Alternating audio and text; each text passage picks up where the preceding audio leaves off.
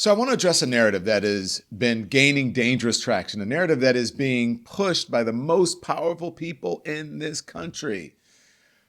Over the last week, the Attorney General, the press secretary, the White House press secretary, the president himself have started equating objectively criminal, objectively bad acts of vandalism with terrorism. And I want to reiterate that vandalism is unacceptable. It is not okay to damage property and destroy people's livelihoods. That's not okay. But in the United States of America, we must not, under any circumstances, label these acts as terrorism. I'm going to take a step back here. Why are we even talking about vandalism and terrorism?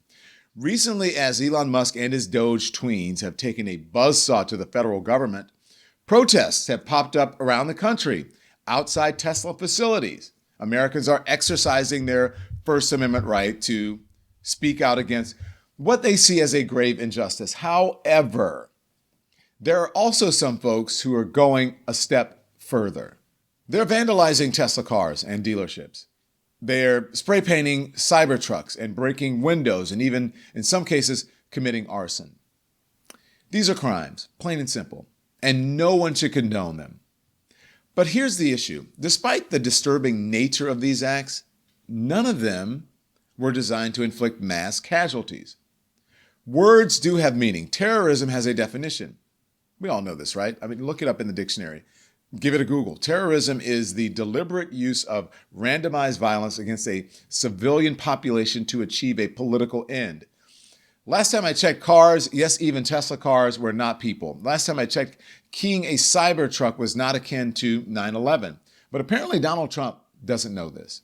Take a look at this Truth Social post. It reads, and I quote here, "I look forward to watching the sick terrorist thugs get 20-year jail sentences for what they are doing to Elon Musk and Tesla. Perhaps they could serve them in the prisons of El Salvador, which have become so recently famous for such lovely conditions." Now, what the hell did I just read?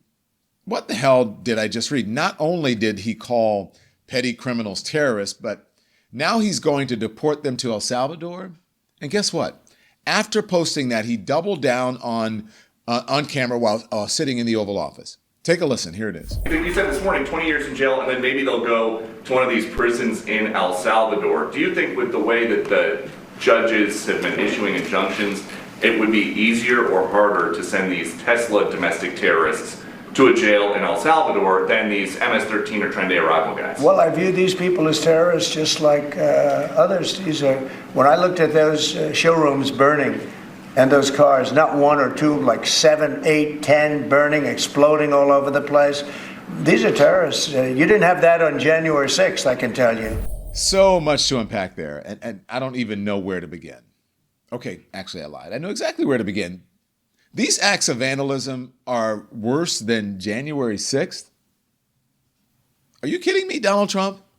Have you lost your mind? I want you to listen to Congressman Seth Moulton, how he responds to the BS. Trump thinks that if you try to kill cops to overthrow the government and change an election, that's not domestic terrorism, but somehow having a protest in front of a Tesla dealership is. The bottom line with Trump is freedom and liberties belong to people who agree with him, and that's it. That's his view of America. That's not a view that people who believe in our Constitution share. Thank you, Congressman. Thank you for speaking sense. Think about it, folks. Donald Trump is saying keying a car is terrorism, but violently storming the U.S. Capitol to overturn an election is not? What kind of a world are we living in?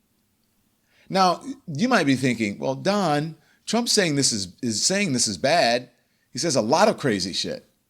Just because he says he's going to deport petty criminals to El Salvador doesn't even mean that he actually will. And to that I say, okay, sure. Trump does say a lot of things, but guess what? This time around, it's not just Trump saying crazy shit. It's also his attorney general, the top cop in the country, Pam Bondi.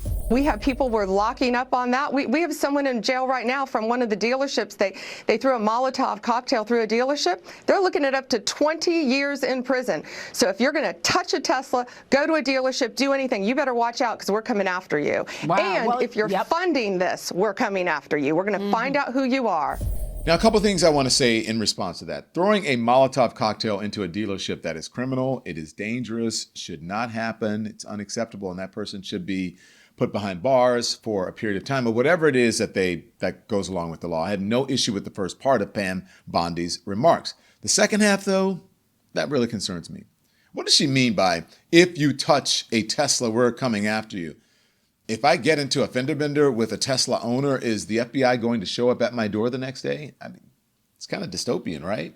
Not kind of, it is. It's dark. It's so dark that if I don't laugh, I'm probably going to cry here. So look at this post from The Onion. It says, the DOJ designates posting photos of balding Elon Musk as domestic terrorism. Obviously, that is parody. It is The Onion. But we're in deep shit, y'all. But I digress. This conflation of vandalism with terrorism, it's not just a semantic issue. It is real world consequences. By equating the two, these White House officials are creating a climate where any form of dissent or protest, no matter how misguided, can be used as a pretext for heavy-handed crackdowns, fascist crackdowns. Now, I'm going to reiterate one more time. Vandalism is a crime. It is bad. It cannot and will not ever be condoned on this show. But vandalism is not terrorism. And the Trump administration knows that. So ask yourselves, why are they muddying the waters? Why are they poisoning public discourse with extremely dangerous false equivalences? Why do they want you to believe throwing eggs at a parked car is akin to hijacking a plane? Why is that? Is it because perhaps if they can get you to believe that, maybe down the road in a few months or a few years, they can get you to believe any manner of civil disobedience, of protest, of dissent is terrorism? Ask yourself that question. Why are they doing this? Stay sharp, my friends. Don't find yourselves behind bars in El Salvador. Thanks everyone for watching. Your support means the world to us. So make sure you hit the like button and you subscribe to our channel to make sure that you never ever miss a video. We're live every day, 10 a.m. Eastern time. We drop even more content at 2 p.m. Eastern and 5 p.m. Eastern. And if you want more Don Lemon Show content, we'd love for you to become a member of the Lemon community, where you will receive access to special community posts. You'll get exclusive content and members-only live shows. So head over to our channel page or click the join button on this video. Again, thank you for watching. We appreciate your love and your support, and we will see you next time.